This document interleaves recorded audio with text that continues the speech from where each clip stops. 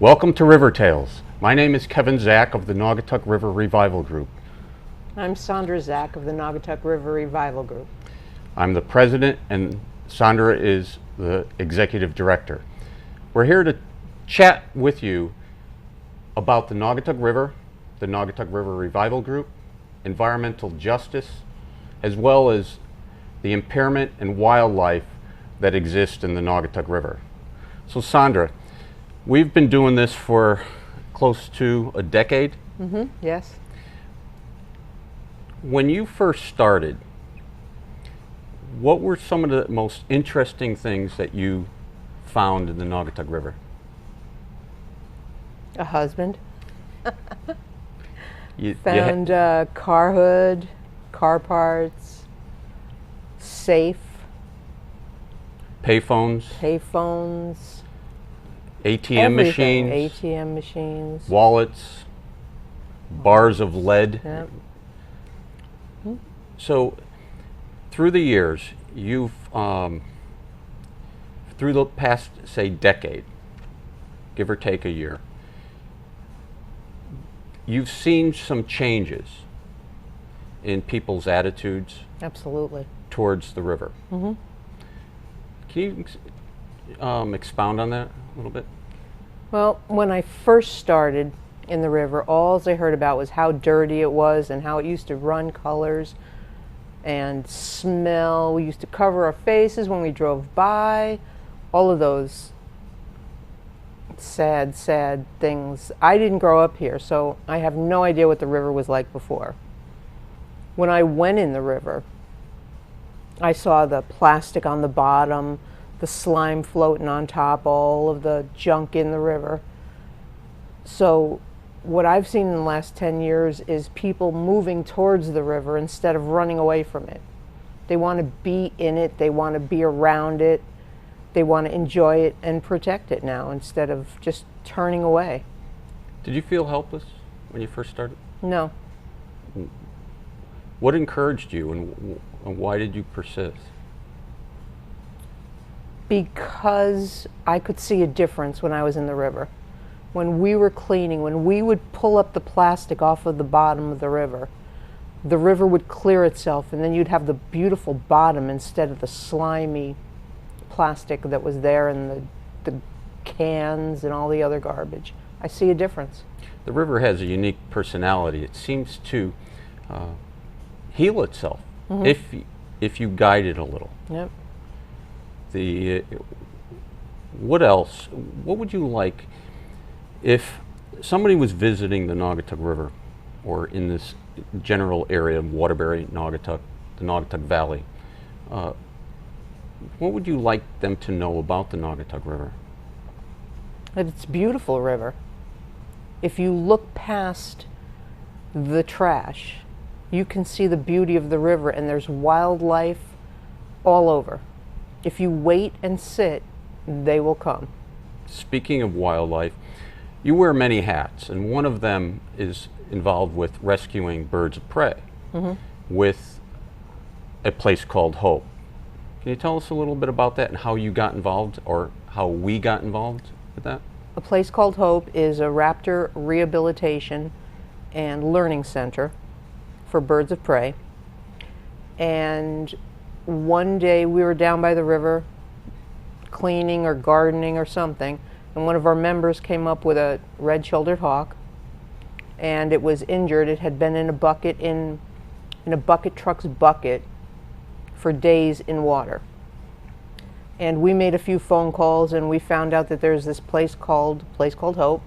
We took this red-shouldered hawk there and they rehabilitated him and we got to release him. So from there, we just kept going back. We volunteered, we helped clean aviaries. They taught us how to properly handle the birds, and then we stepped into rescuing birds and bringing them to a place called Hope. So now we get phone calls that there's an injured bird wherever. We go pick them up. And raptors. We do some small birds Some too. small birds. And we bring them to a place called Hope, who hopefully helps them heal, and then we can send them back. tell me that through those experiences, you have been, as I do, feel empowered to help and protect Absolutely. the wildlife on the Naugatuck River. For example, the great blue heron. You describe that and what it would take. How did you feel prior to starting to rescue raptors, birds of prey? Well, I was afraid of them. I was afraid to go near them. I know they're dangerous. They have those talons and those beaks that look like they can rip your fingers off. But after a while, when we were taught how to handle them by Todd and Christine and be very careful, and it gets easier. That's Todd and lose your Christine fear. Secchi of a place called Hope in Killingworth. Yes. They're the largest raptor rehabbers and rescuers in the state of Connecticut. So, segueing from there, our involvement in the Naugatuck River encompasses a lot of different things. It deals with recreation, creating a safe environment for people that paddle, swim, Right. wade, or fish in the Naugatuck River, as well as the wildlife. So tell us a little bit about some of that wildlife that you've seen that really, that the people that don't go to the river often would be amazed if they just sat for any length of time. What would they see? They'd see all kinds of birds.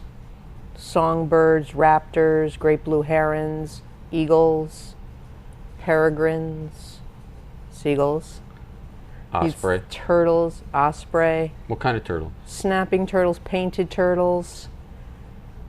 That's pretty remarkable. It's actually remarkable that there are any painted turtles on the they're- river. But They're we piles. They pile on top of each other on logs. they're there. They're very unusual They're there, for a yeah. river.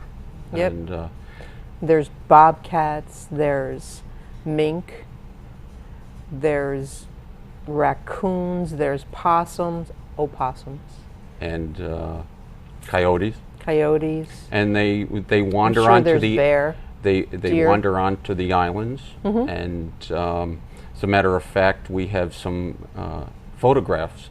We have game cameras that we set up on some of the islands in the Naugatuck River in Waterbury that Yeah. we spotted, or we were able to capture images of a bobcat in one day and a coyote the very next day in the very same spot. And so it was almost a shocker. There's deer. Yep. You've we've seen many deer, even a turkey. Yes, turkey. Hopping from rock to rock Yep. to get across the river. So so They're all there. so you've really become close to the river. Absolutely. That river's a heart and- big part of my life, So our lives.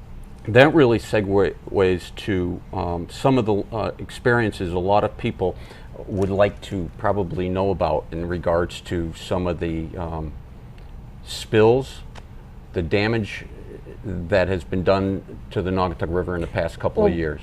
Before we go to that, we can't forget about the friends that we've made through the homeless committee. They experienced some wonderful Beautiful, things yeah. as well as the hardships. Yes, There's no question yes, about it. the It's not a hardship, place. It's not a place to live. Nope. But some people find themselves there. Right. They find isolation that that they seek, and during good weather they're happy, and Yep. but during winter season And they are serious there, rains. hidden just like the wildlife. And they encounter the Yes, they do. wildlife in ways none of us Right. can Right. encounter. So And the pollution and the spills affect them to a great degree also, absolutely, because they're right there in the thick of it. they use the river to bathe. They use the river to wash their clothes. Right. Unfortunately, we have met somebody that actually drank the Naugatuck River, which kind of water.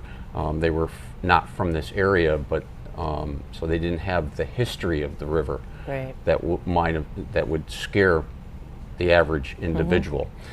But we're also, when it's all said and done, it seems to come down to two words, and it's what I've come to learn as environmental justice, and it's rearing its head in the city of Waterbury in a very intense way in the next coming weeks through the city, specifically in the South End. And in the South End, it also happens to be where some serious spills originated. One is last November with the 5 to 6 million gallons of raw sewage that emptied into the Naugatuck River. Yeah.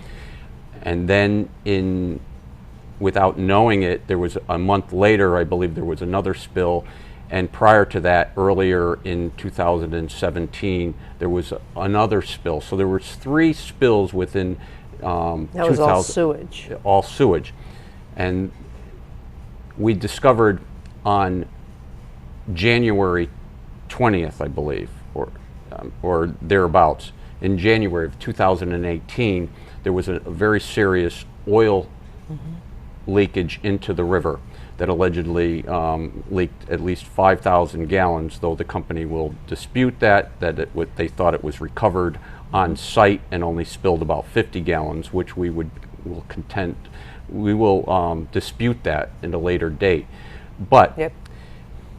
In addition to that oil spill, we discovered by quite accident a Channel 8 article on the internet, news article, of an oil spill that was discovered earlier in 2017 in Seymour. So these things are ongoing, and there's a lot of damage that we don't even know about. Right. But we happen to discover these things.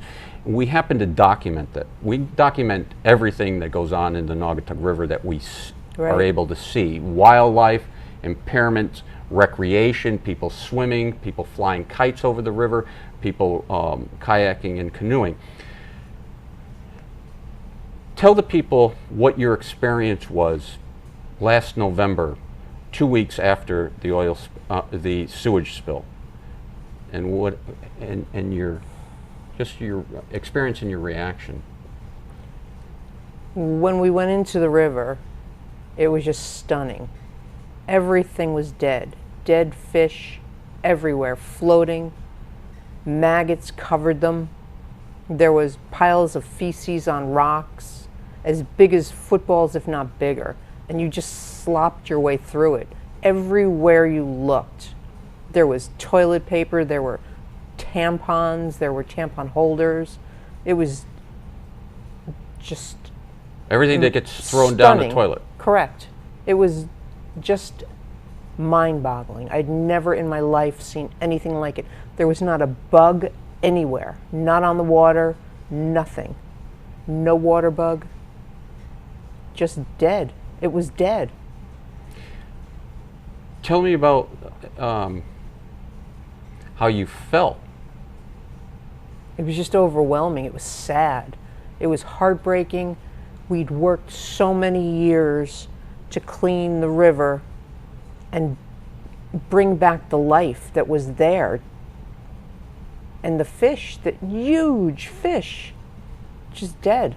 And you could see, we went into a stream, a little inlet, and you could see how all the fish went charging in there to try to get away from this sewage that came down the river. It was a flood of sewage. It had to be. It was. We were there 2 weeks after, and it was overwhelming. So it begs the question: what was it like? I can't even imagine. When it originated? But your experience and my experience of the river is that it can and will heal itself. Mm-hmm. It was quite remarkable after many significant rain events after at the change in the water. Right. And it was borne out in testing. The city was required to test and by the Department of Energy and Environmental Protection. But it is true. these things. It will come back. I don't know how long it's going to take for those big fish. I've spoken to several people, and they say that That's a it's shame. going to take a long that's time. That's a tough one. And what about all the turtles that we didn't see? You know, everything that we didn't see that got hit by that. When it was John Murray, you and I, that put on waders that Sunday, 2 weeks after, almost 13 days exactly after the original spill, we traveled it and found the source. At the source, off of South Main Street, at the waste treatment plant. Do you remember the difference? Oh, yes, I do. Explain what you saw around there.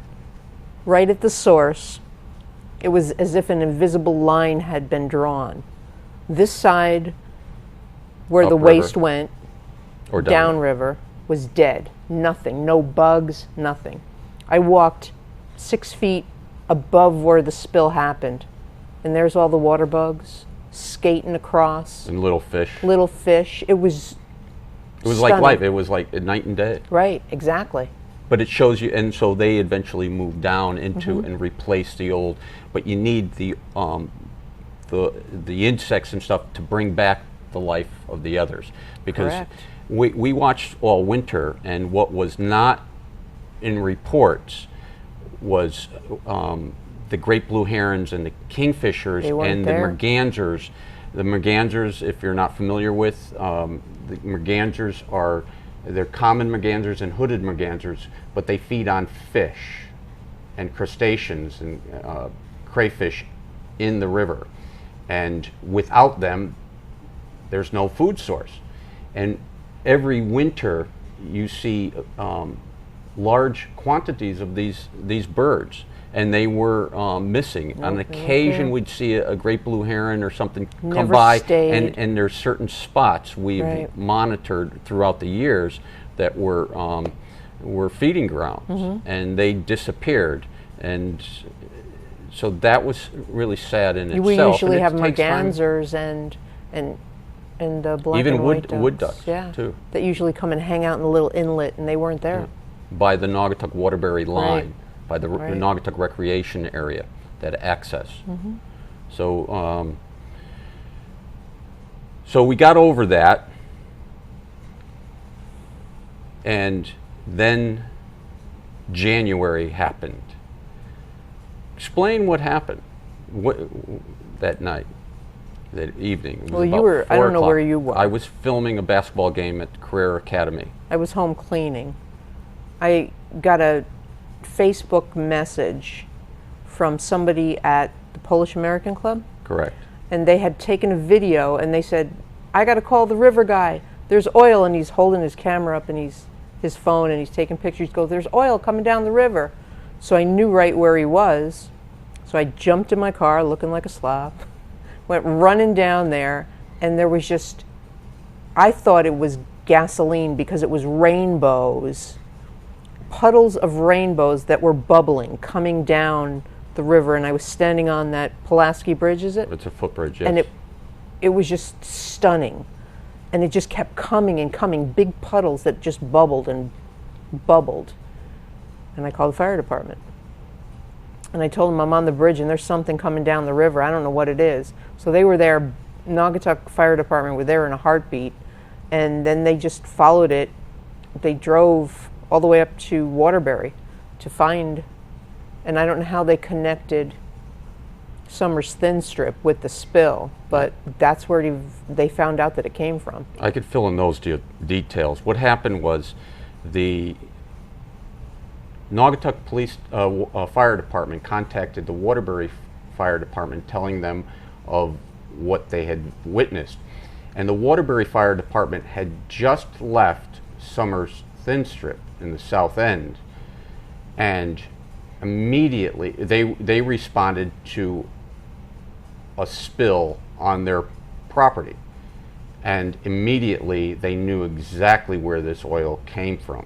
So they went back to the site At the site, the Department of Energy and Environmental Protection was still there trying to figure out what happened and fix or remediate the area. And then it was revealed that over 6,000 gallons had been released from a holding tank and found its way. Lubrium 5247, something like that. And it was technically it could be classified as a mineral oil, but the problem with calling it a mineral oil or cutting oil is that baby oil is a mineral oil, sounds it sounds like it's very harmless.